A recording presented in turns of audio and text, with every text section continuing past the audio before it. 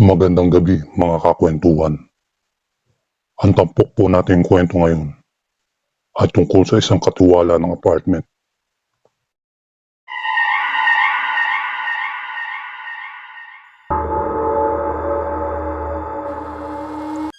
Hindi lang malamig ang hangin. Malamig din ang mismong mga haligi ng gusali.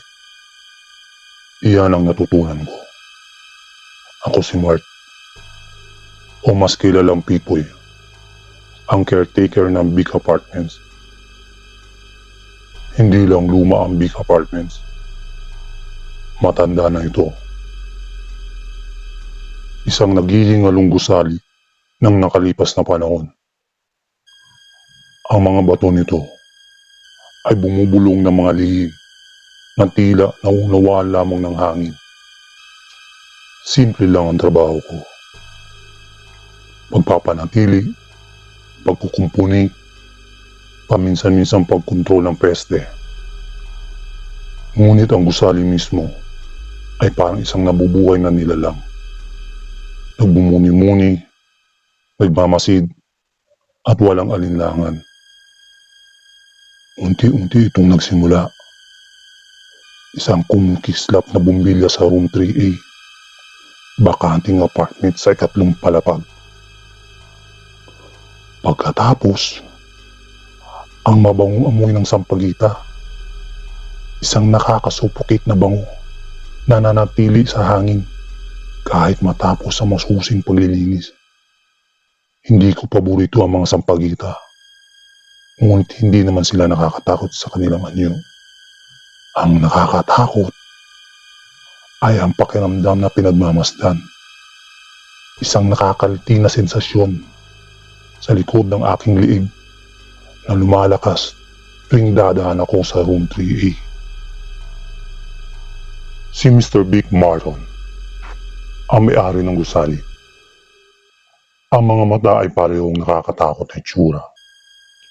Tulad ng gusali mismo, ay nagkibit balikat lamang nang banggitin ko ang mga kakaibang pangyayari.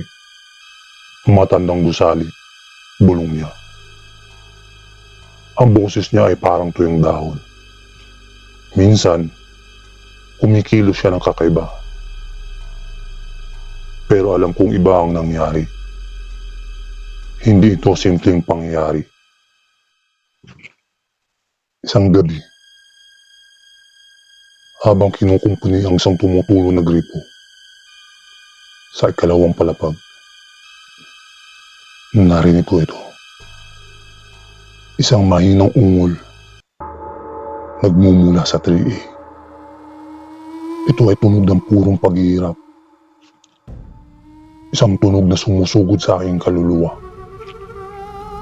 at nagpapanamig sa aking mga katawan. Ang puso ko ay bumubugbog sa aking mga tadyang. Isang mabilis na tambol laban sa nakakasupukit na katahimikan ng pasilyo. Napako ako sa aking kinatatayuan. Isang masamang mausisa na nakipaglaban sa aking likas na takot. Maingat ako lumapit sa 3A. Siyempre, nakalak ang pinto. Ngunit naramdaman ko ang lamig na nagmumula dito. Isang kapansin-pansing alon ng nagyayelong inriya.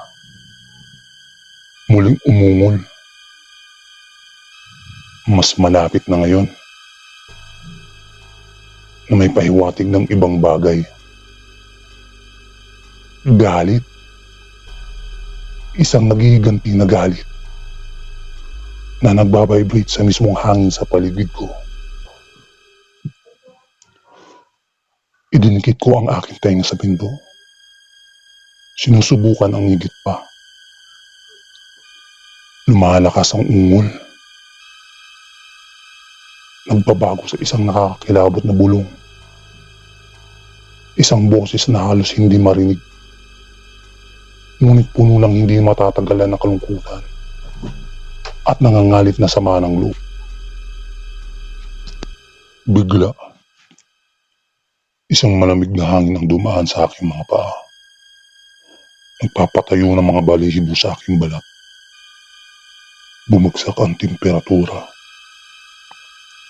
At ang hangin ay naging makapal sa amoy ng mga sampagita. Ngayon ay nakakasuffocate, nakakaubos, natumba ko. Ang aking hininga ay napahinto sa aking lalamunan. Naramdaman ko ang mga mata sa akin. Mga di nakikitang mata na nag-aapoy sa aking likod. Tumutusok sa aking mismong pagkatao. Tumakas ako. Ang aking puso ay kumakabog na parang tambol ng gera. Ang aking mga binti ay nagdadala sa aking palayo sa masapang presensya sa 3A. Hindi ako tumigil sa pagtakbo hanggang sa makarating ako sa aking sariling masikip na apartment. Ang imahe ng di nakikitang nilalang na iyon ay nakaukit sa aking isipan. Ang natitirang bahagi ng gabi ay isang malabo ng pagtulog at nakakatakot na mga panaginip na hinabol ng nakakapanginig na ungol at nakakasupukit na amoy ng mga sampagita.